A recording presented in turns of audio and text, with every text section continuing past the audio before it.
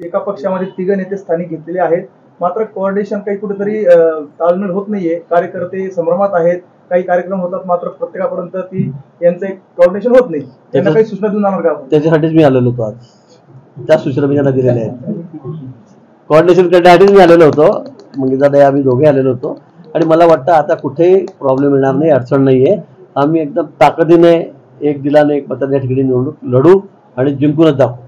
भाऊ, लोकसभा आणि विधानसभा निवडणुका पार पडल्या, स्थानिक स्वराज्य संस्थांच्या निवडणुका या कार्यकर्त्यांच्या असतात. परंतु जळगाव जिल्ह्यामध्ये आपण बघतोय की अनेक ठिकाणी मंत्री असतील, आमदार असतील, त्यांच्याच घरातले उमेदवार दिले जात आहेत, नगरपालिकेसाठी असतील किंवा जिल्हा परिषदेसाठी असतील. अजून मला वाटतं कुठेही प्रोसेस सुरू झालेली नाही. अजून आम्ही फॉर्म सुद्धा मागवले नाही, निवडणुका सुद्धा जाहीर झालेल्या नाही. त्याच्या आधीच तुम्ही ठरवून टाकतात की सगळ्या घरच्या लोकांना देतात बडून. तसं कुठेही नाहीये. चर्चेला अनेक असतात, चर्चेला काय आता अजून जेव्हा अंतिम होईल त्यावेळेचा आकार निर्णय आहे. नाही, काही मंत्र्यांनी पोस्ट पण केलं होतं, भाऊ नंतर डिलीट. संजय सावकार यांनी पोस्ट केली होती, काय डिलीट केली. त्यांचे चुकून झाले असेल, त्याला कळालं असेल. विषय नाही, शेवटी या निवडणुका आहे. आपल्या जी कल्पना आहे तर म्हणजे मी वारंवार सांगितलंय, देवेंद्रजींनी वारंवार सांगितलं, आमच्या नेत्यांनी, रवीजी चव्हाण आहेत त्यांनी सांगितलेलं आहे की आम्हाला निवडणुका महायुतीमध्ये लढायच्या आहेत.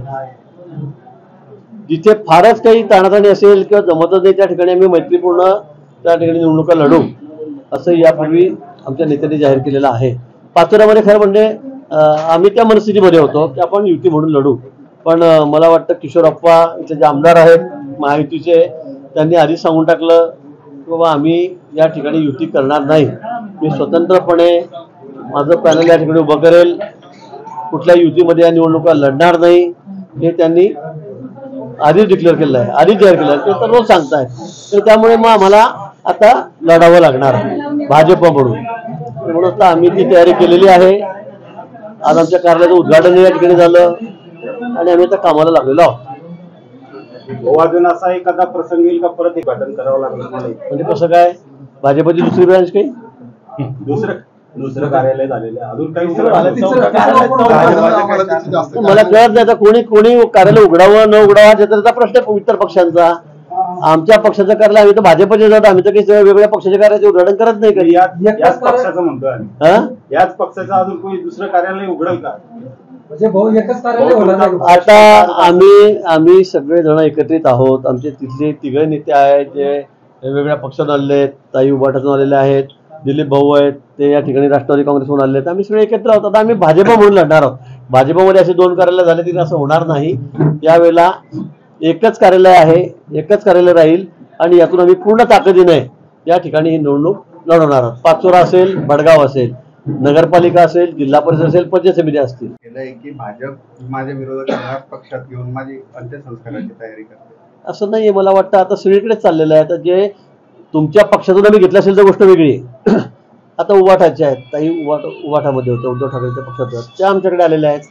दिलीप भाऊ आहेत ते राष्ट्रवादी काँग्रेसमध्ये शरद पवार गटामध्ये, त्यांना आम्ही घेतलेलं आहे.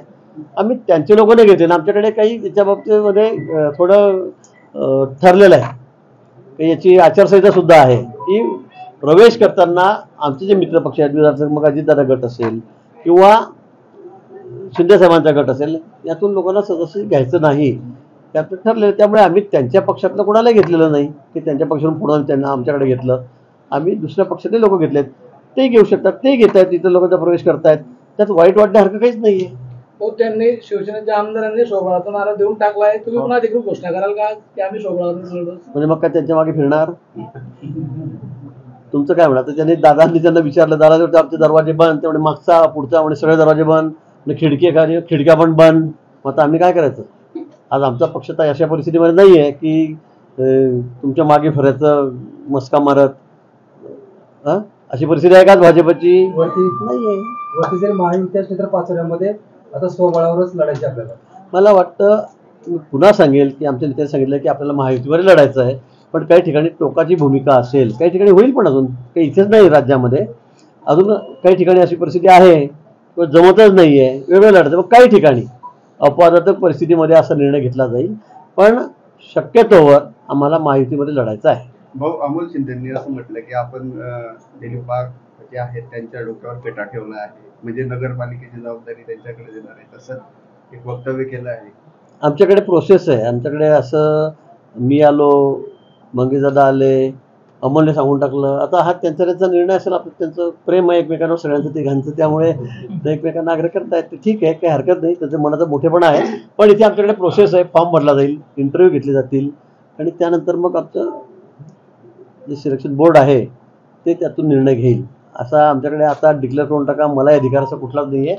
मला जामनेरचा सुद्धा अधिकार नाही आहे की जामनेरचा आता नगराध्यक्ष कोणाला द्यायचं, हा सुद्धा अधिकार मला इथे नाही आहे.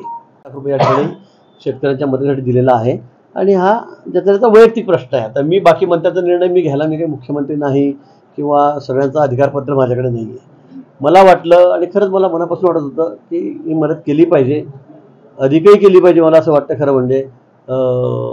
पण मी 1 वर्षाचा पगार जवळपास तो 32-33 लाख रुपये होतोय, तो या ठिकाणी शेतकऱ्याच्या मदतीसाठी मुख्यमंत्री रिलीफ फंडासाठी दिलेला आहे.